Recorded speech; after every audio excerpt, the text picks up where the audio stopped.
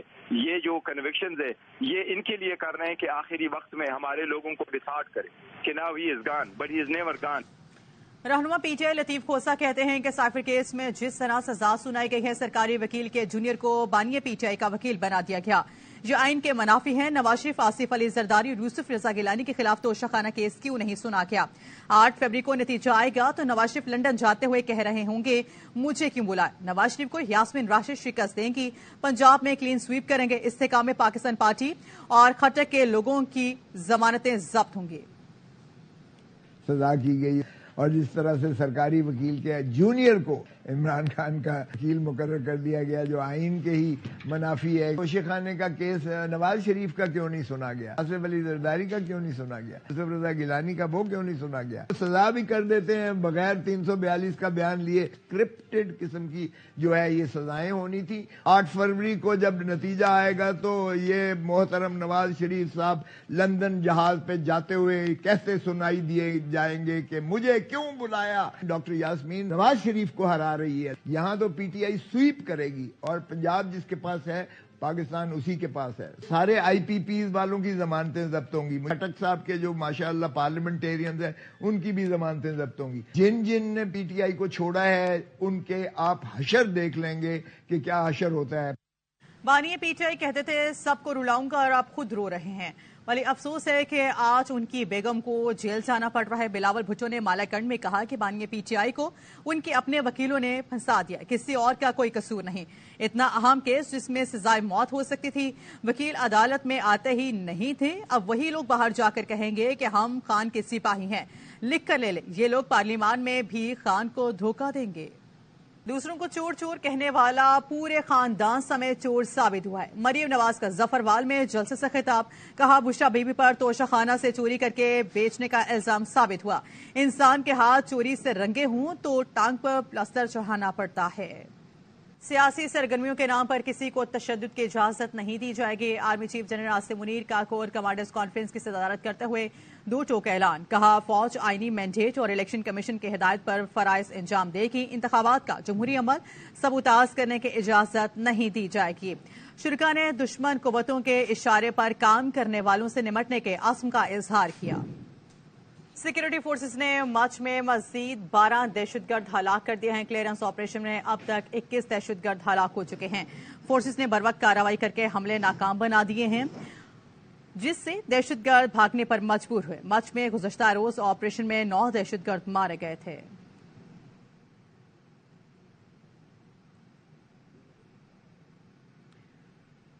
امریکہ کا بھارت کو ڈرون کی فروخت کے معاملے پر تبصرے سے گریز. ترجمان امریکی محکمہ خارجہ میتھیو ملر نے بھارت کو ڈرون کی فروخت کے حوالے سے سوال پر کہا کہ یہ ایک مجوزہ فروخت ہے جس کا اعلان گزشتہ سال مودی کے دور میں کیا گیا تھا. امریکی کانگریس ہتھیاروں کی منتقلی کے عمل میں ایک اہم کردار ادا کرتی ہے.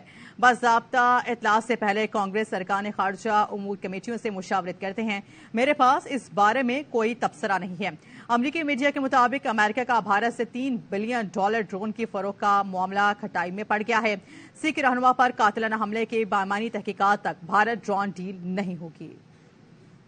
مزید آپ کو بتائیں گے خالصتان تحریک کے اہم رہنما گرپریت سنگھ پنو کہتے ہیں کہ بھارت قاتلانہ حملوں سے ڈرا نہیں سکتا. بیرون ملک سکھ رہنماؤں پر قاتلانہ حملوں کے بعد خالصتان تحریک اور مضبوط ہوئی. خالصتان ریفرینڈم میں پہلی مرتبہ نوجوانوں نے بھرپور شرکت کی. جمہوری طریقے سے خالصتان حاصل کریں گے. بھارت اگر آج پنجاب میں ریفرینڈم کرائے تو 90% سے خالصتان کے لیے ووٹ دیں گے. خالصتان بنانے میں بھارت جتنی دیر کرے گا اتنے ہی اس کے ٹکڑے ہوں گے. مقبوضہ کشمیر کی طرح بھارتی پنجاب میں بھی غیر پنجابیوں کو آباد کیا جا رہا ہے. سان فرانسسکو میں AY نیوز کے نمائندے جہان زیب علی سے خصوصی گفتگو کرتے ہوئے گرپرپت سنگھ پنو نے مزید کیا کہا آئیے آپ کو دکھاتے ہیں. نگراں وزیر خارجہ جلیل عباس سیلانی نے بیلجیم کے پاکستانی سفارت خانے میں یوم یکجہتی کشمیر کی تقریبات کا آغاز کر دیا ہے. سفیر آمنہ بلوچ نے تصویری نمائش کا بھی اہتمام کیا ہے جس میں بیلجیم کے معروف فوٹوگرافر کی تصاویر رکھی گئی ہیں. مزید جانتے ہیں برسل سے ہمارے نمائندے محمد ندیم بٹ کی اس رپورٹ میں.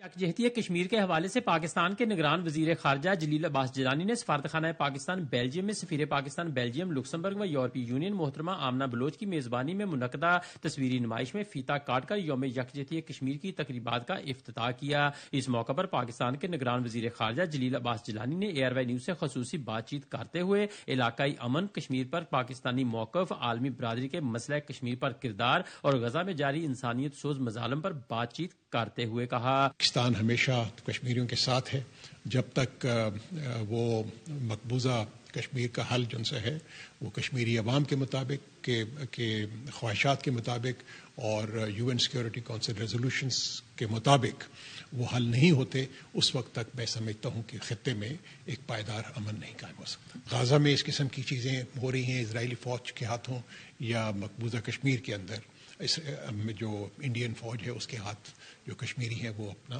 ایک ظلم وہ برداشت کر رہے ہیں۔ اور ایک اور چیز میں سمجھتا ہوں کہ ہندوستان کے چہرے سے جو انہوں نے ایک لبادہ اڑا ہوا تھا ایک ڈیموکریسی کا وہ بھی اتر گیا ہے۔ اس کی وجہ یہ ہے کہ وہاں پر جس طرح سے انہوں نے جو ایکسٹرا ٹیریٹوریل اسیسینیشنز میں ملوث ہوئے ہیں، بے شمار ثبوت ہمارے پاس ہیں، اور ان کی جو بھارتی جو ایجنٹس ہیں انہوں نے وہ جو اسیسینیشن جو اپنا کی ہیں پاکستان کے اندر، ان کے ثبوت ہم پوری دنیا کے سامنے پیش کریں گے۔ سمجھتا ہوں کہ کشمیر کونسل ایک اچھا اپنا ایک قدم اٹھا رہی ہے، یہاں پر انہوں نے اس کو ایشو کو ہائی لائٹ کرنے کے لیے بہت اچھے اقدامات کیے ہیں۔ M Nadeem Butt, ARY news, سفارتخانہ پاکستان، برسلز۔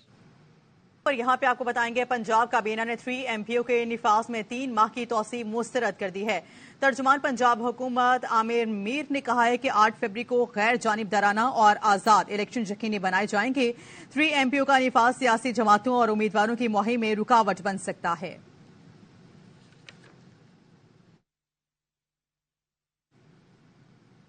چینیوٹ کے دیہی علاقوں میں آج بھی ووٹر امیدواروں سے سوئی گیس، تعلیم اور صحت جیسی سہولیات کا مطالبہ کر رہے ہیں۔ رپورٹ کر رہے ہیں امیر عمر چمن۔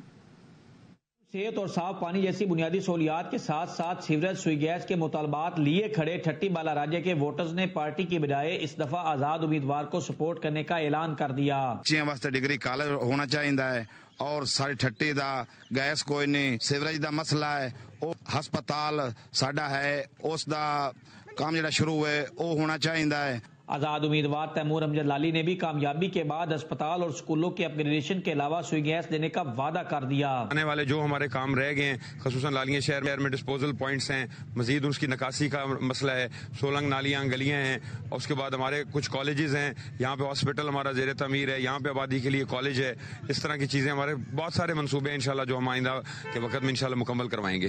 ووٹرز کہتے ہیں کہ پارٹیوں کے بجائے آزاد امیدوار اس لیے بہتر ہیں کہ کامیابی کے بعد وہ کسی بھی جماعت کو جوائن کر کے علاقہ کی بہتری کے لیے ہمارے مطالبات پورے کریں۔ امیر عمر چمن، ARY نیوز، چنیوٹ۔ پاک وطن میں صدر پاکستان کسان اتحاد پنجاب رضوان اقبال نے NA 139 اور PP 194 پر مسلم لیگ نون کے امیدواروں کی حمایت کا اعلان کر دیا۔ رپورٹ کر رہے ہیں امداد حسین۔ پاکستان کسان اتحاد پنجاب کے صدر چودھری رضوان اقبال نے مسلم لیگ نون کے NA 139 امیدوار میاں احمد رضا خان مانیکا اور PP 194 سے امیدوار چودھری جوید احمد کی مکمل حمایت کا اعلان کر دیا۔ پاکستان کسان اتحاد اپنی بھرپور طاقت کے ساتھ چودھری جوید احمد کے ساتھ اور میاں احمد رضا مانے کے ساتھ کھڑا ہے اور ڈور ٹو ڈور کمپین کر کے ان دونوں کی سیٹ کو جتوائے گا۔ اللہ خیر کے سیٹ دوبارہ ایک اور حکومت آگی ہوئی ہے جنہوں خدمت کرنے کا شوق ہے، بس شہر ہی تھوڑی ترقی کا ضامن ہے۔ آپ سے درخواست کروں گا کہ 8 تاریخ کو شہر پہ مہرے لگا کے آپ اپنی محبت کا عملی اظہار کریں گے اور ہم اس کے بعد خدمت کرنے کے لیے دن رات آپ کے پاس حاضر ہوں گے۔ قومی اسمبلی میاں احمد رضا مانیکا کا کہنا تھا کہ مسلم لیگ نون کی حکومت بننے پر پاک پتن کی تعمیر و ترقی کے نئے دور کا آغاز ہوگا۔ کیمرہ ٹیم کے ساتھ امداد حسین، ARY نیوز، پاک پتن۔ سینٹرل جیل کراچی کا نظام جدید خطوط پر استوار کرنے کے اقدامات جاری کر دیے گئے ہیں۔ قیدیوں کے اہل خانہ اب آن لائن اپوائنٹمنٹ لے کر ملاقات کے لیے آ سکیں گے۔ نگراں وزیر داخلہ سندھ بریگیڈیئر ریٹائر حارث نواز نے موبائل ایپ کا افتتاح کر دیا۔ دیکھتے ہیں افضل خان کی یہ رپورٹ۔ سینٹرل جیل کراچی میں قیدیوں سے ملاقات کے لیے آنے والوں کی سہولت کے لیے آن لائن شیڈول سسٹم کا افتتاح کر دیا گیا، جس کے تحت قیدیوں کے اہل خانہ خصوصی موبائل ایپ کے ذریعے اپنے قوائف درج کر کے ملاقات کا وقت حاصل کر سکیں گے۔ اپائنٹمنٹ لے لیں گی، لیٹ سے آپ نے آنا ہے 2 دن بعد آنا ہے، آج سے 2 دن بعد اتنے بجے ملاقات ہوگی۔ قیدیوں سے ملاقات کے لیے آنے والے افراد کی رہنمائی اور ویریفیکیشن کے لیے سینٹرل جیل کے مرکزی دروازے کے قریب 5 خصوصی کاؤنٹرز بنائے گئے ہیں۔ گوگل پلے اسٹور پہ جا کے امیلیو کنیکٹ کے نام سے اس ایپلیکیشن کو سرچ کرنا ہے اور اس کو اپنے اینڈرائڈ فون میں آپ نے جو ہے ڈاؤن لوڈ کر لینا ہے۔ ڈاؤن لوڈ کرنے کے بعد اس کا جو پہلا مرحلہ ہوتا ہے کہ جو ملاقات کرنے آ رہا ہے وہ اس نے خود کو رجسٹر کرنا ہوتا ہے۔ جیل حکام کے مطابق یہ programme bureau of international narcotics and law enforcement agency امریکہ کے تعاون سے تیار کیا گیا ہے۔ کیمرہ مین ظہیر عباس کے ساتھ افضل خان، ARY نیوز، کراچی۔ محکمہ تعلیم سندھ اور نجی تعلیمی اداروں کے طلبہ اور طالبات کے آرٹ ورک کی نمائش کا افتتاح کر دیا گیا۔ نگراں وزیر اعظم رانا حسین نے کیا ہے۔ 6 سے 18 سال کی عمر کے طلبہ کی ہر پرنٹنگ اپنی مثال آپ تھی۔ کراچی سے انور خان کی رپورٹ دیکھیے۔ سمبارہ آرٹ گیلری میں ماحولیات کی تبدیلی سے متعلق نمائش کا اہتمام کیا گیا۔ نمائش کا موضوع ماحولیاتی تبدیلی رکھا گیا تھا۔ نمائش میں طالب علموں کی تخلیقی صلاحیتیں شرکاء کی توجہ کا مرکز رہیں۔ ہم نے یہ سوچا کہ ہم بچوں کو انوالو کریں کہ ہمارے ننھے جو ذہن ہیں وہ کیا سوچتے ہیں کہ کلائمیٹ چینج کیا مصیبت ہے اور اس سے کیسے ہمیں مد مقابل ہونا چاہیے۔ تو بہت اچھا بچوں کا آیا ہے فیڈ بیک۔ طالب علموں کی جانب سے ماحولیات کو درپیش سنگین مسائل کو آرٹ کے ذریعے نمایاں کیا گیا۔ صرف مارکرز اور کلرز سے ہر چیز نہیں ہوتی، دیز الگ الگ اور بھی چیزیں ہوتی ہیں جن سے ہم آرٹ کر سکتے ہیں۔ میرے خیال سے بہت زیادہ چینجز آئی ہیں کلائمیٹ چینج کے اندر، اور جو بڑے لوگ ہیں ان کا ڈفرینٹ پرسپیکٹیو اور جو ینگسٹرز ہیں ان کا ڈفرینٹ پرسپیکٹیو ہے۔ آرٹیفیشل انٹیلیجنس کو استعمال کرتے ہوئے بھی ماحولیاتی مسائل کو آرٹ کی شکل دی گئی۔ اس سے بچوں کو نالج مل رہی ہے، اور یہاں پہ جو آرٹ گیلری ہے اس میں گورنمنٹ اسکولس نے بہت زیادہ پارٹیسپیٹ کیا ہے۔ ان کی جو سینریز بنائی ہیں، انہوں نے آرٹس بنائے ہیں، وہ بہت زیادہ امپریسو ہیں۔ نمائش کے منتظمین کے مطابق کوپ 28 کے تحت بچے 2050 کو ماحولیات کو کیسے دیکھتے ہیں، تمام پینٹنگز کا محور اور مرکز یہی سوچ تھی۔ ماحولیات سے متعلق طلبہ و طالبات کی جانب سے پیش کی گئی پینٹنگ اس بات کی غماز ہے کہ طلبہ و طالبات اعلیٰ صلاحیتوں کے حامل ہیں۔ کیمرامین محمد تنجیف کے ساتھ انور خان، ARY نیوز، کراچی۔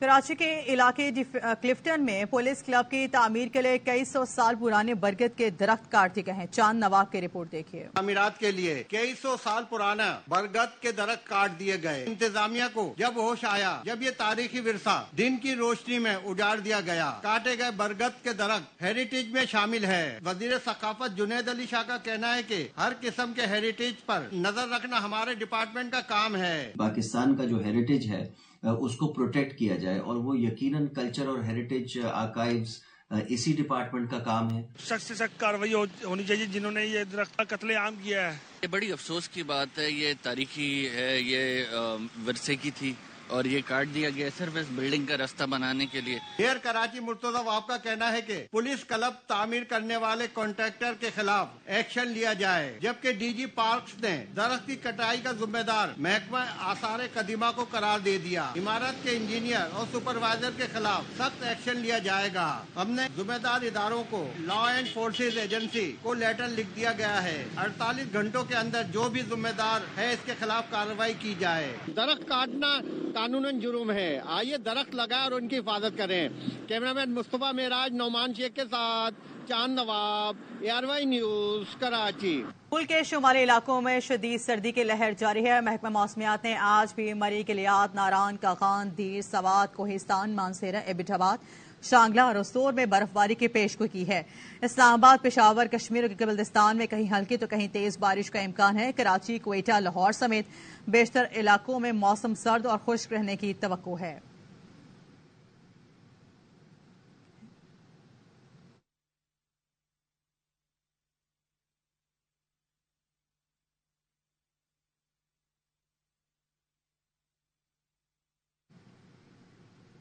عوامی خدمات، انسانی حقوق اور خواتین کے مسائل کے حل کے لیے جدوجہد کرنے والے معروف صحافی اور سیاستدان فریحہ رزاق ہارون کی